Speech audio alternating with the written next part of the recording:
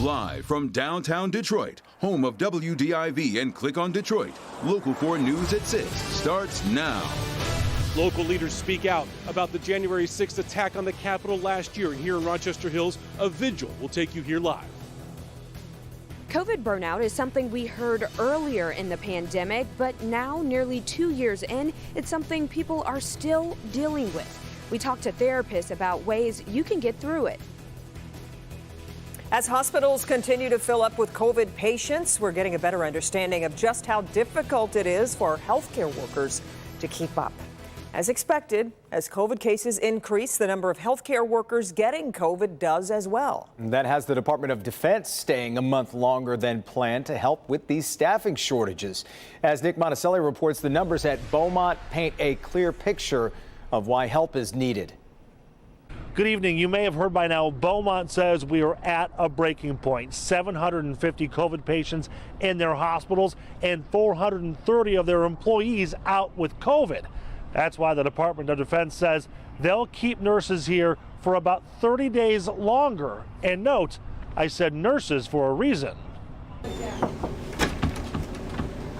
Every single time a nurse or a doctor opens these doors to a COVID patient's room, they are exposed and could get COVID themselves.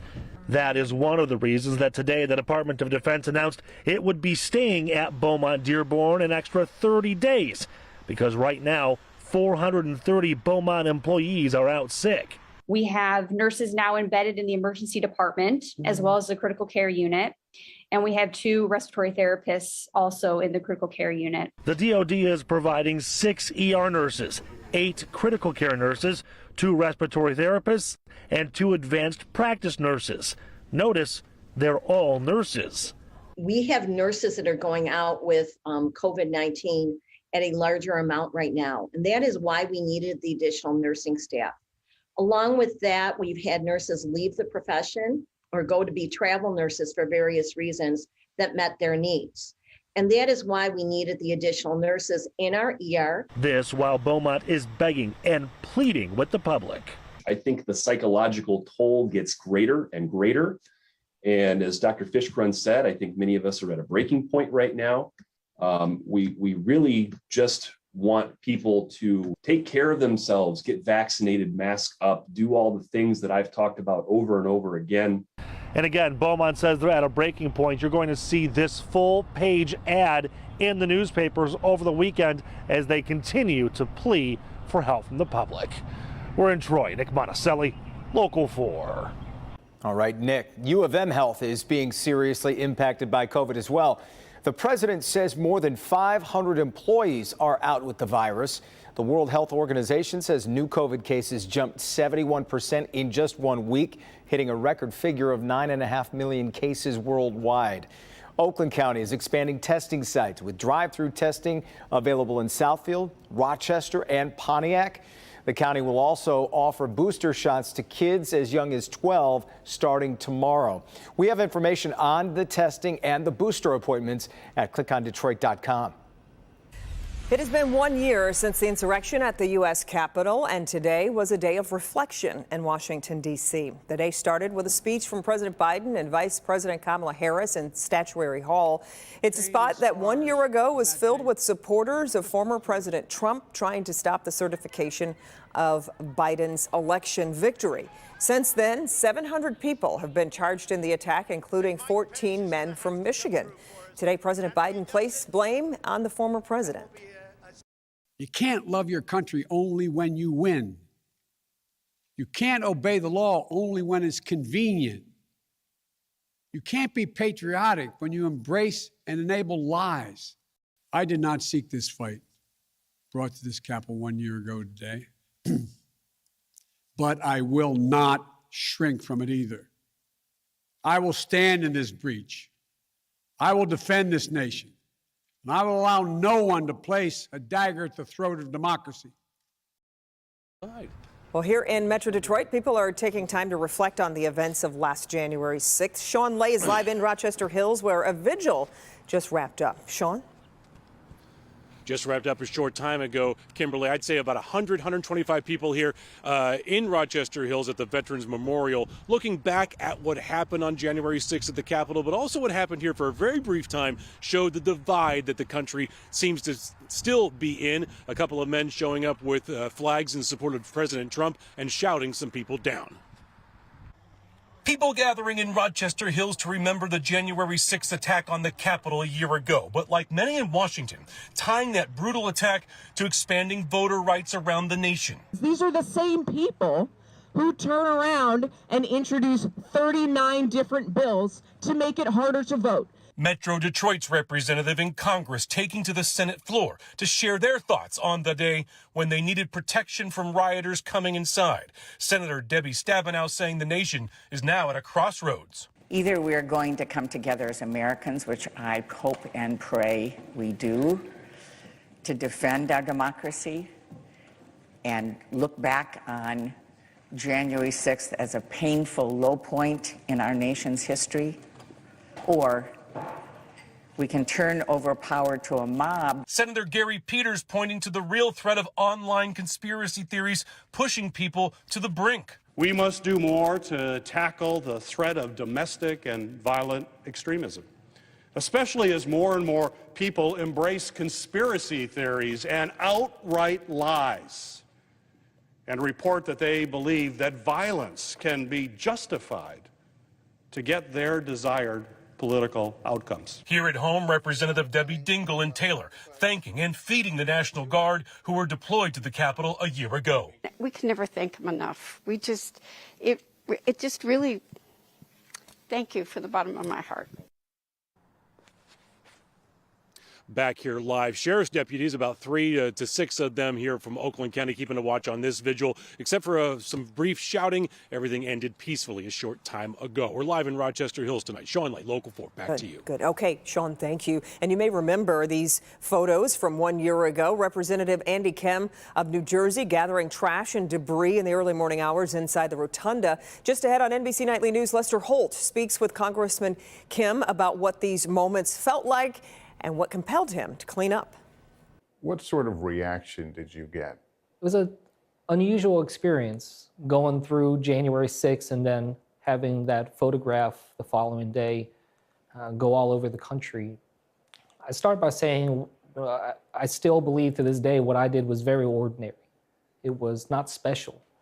It was something that I hope all Americans would have done if they were in my position and here at the building on that day. What I did was an act of humility and an act of service to this country. At first, I didn't actually want to talk about this. I didn't want to draw attention to what I had done. And it still makes me uncomfortable. On Nightly News, find out what happened to that blue suit Representative Kim was wearing on January 6th. That's coming up here at 6:30, right after this newscast. It appeared from Sean's live shot. The snow has picked up once again, and earlier today it was snowing in a way almost kind of looked like a snow globe, Paul. And I don't know how cold it actually is inside a snow globe, but it couldn't be as cold as it is here. No, it's pretty chilly outside, and what we're seeing here on Storm Tracker 4 is mostly very light snow. There are a few pockets where it's coming down a little better, not heavy snow, but it's coming down a little better. But a lot of this is very light snow, and so this is something that will be kind of persisting for the next several hours. And then as a front comes through and the wind shifts, we're going to start kind of breaking that up and degrading the whole pattern as we move through the later evening hours into the early morning hours on Friday. So right now, if you are heading outside, it's a lot of teens out there. I mean, Metro Airport's at 20 degrees, and wind chills right now are in the single digits to right around 10 degrees. So again, as Jason was saying, it's cold out there, so you just have to bundle up for it. This is nothing that's obnoxious. It's just not a lot of cold weather like this so far this season. So through the evening hours with the cloud cover and still some of those snowflakes around, very slow drop in temperature. So we're going to be dropping into the teens if you're not already into into the teens. It'll be a slow drop, but then as the clouds break up later on tonight, that's when temperatures will drop a little quicker. And by tomorrow morning, there'll be a lot of us in the single digits. So we'll talk more about tomorrow's forecast and that weekend forecast in just a few minutes, guys.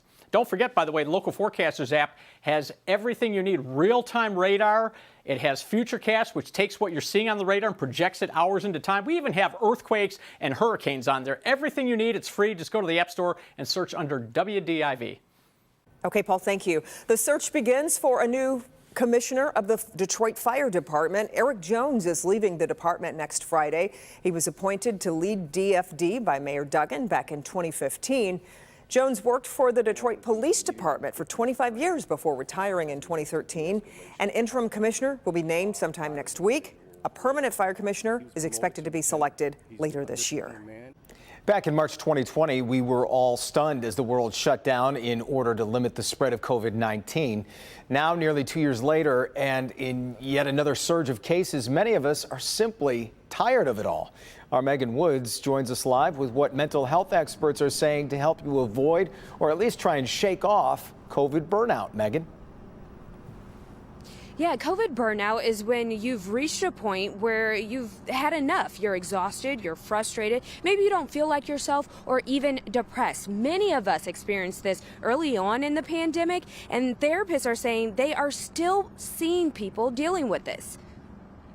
We're tired. We were hoping that things would improve by now, but we're seeing for a variety of reasons that things are not over for us. From having difficulty getting through the workday, a doctor's appointment, or school, COVID burnout is real. It's important to get assessed because it's really actually difficult to assess it in your own self. And age is no exception. Youngest being 8. Dealing with even the oldest 60s, 70s. There are ways to get through it, like the basics, getting enough sleep, exercising, eating healthy, and self-care.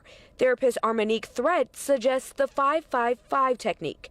It could be done 10 minutes before you go into or log on to work. Breathing in for 5 seconds, holding it for 5 seconds, and exhaling for 5 seconds. And during this, you are having one hand on your stomach, and I hold one hand on my heart. Another tip, saying 3 good things when you wake up or before you go to bed. Dr. Michelle Reba says some people's burnout comes from being overwhelmed with information. It's important to try to identify with who you trust and try to stick with that information so you don't get confused. Another suggestion when it comes to limiting your stress related to the pandemic is focusing on what you can control. Wearing your mask, washing your hands, getting vaccinated, social distancing, things like that. Jason? Yeah, sometimes it's tough even when you get a day off from something to relax and you just don't put the information down. It can be overwhelming. Megan, when do you know it might be time to see a therapist about something like this? So they were saying, of course, if you're not feeling like yourself, that's when you go to a therapist so they can assess what's going on. But of course, it doesn't have to be something bad going on to reach out to a therapist and, you know, have a listening ear that's not biased. Exactly. Yeah. Good stuff. All right, Megan, thanks.